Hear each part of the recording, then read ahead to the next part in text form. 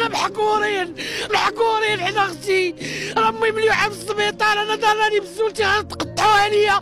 واش هادشي معقول؟ اش بغيتيني نقول؟ اكثر من هادشي؟ خلينا اختي نخرج التغطيه ونولي غادا نلعب صافي، حيت دائما كيعيطوا لك غيعطيوك البلاصه غيديروا لك ما شلنا والو ما شلناهاش. حالتنا كي دايره ما شلنا، ما تزاد عندنا والو. اش كنبيع انا الخواتم ديال 10 دراهم، هذا كيبيع لي زيات، هذه كتبيع السيكانه، شنو كنبيعوا؟ اش غنقول لك اختي؟ خليني عليك، الله يعطيك الستر صافي، خليني عليك. راه الوالد ديال الدار البيضاء شافني وقال لي غتستافدي، وسمعت وبقيت مع خوتي، ما مشيت قجرت ما مشيتش للولايه، ما كنمشي حتى بلاصه، قلت تيجي داك الشيء على غفله ويجيو يعيطوا ليا.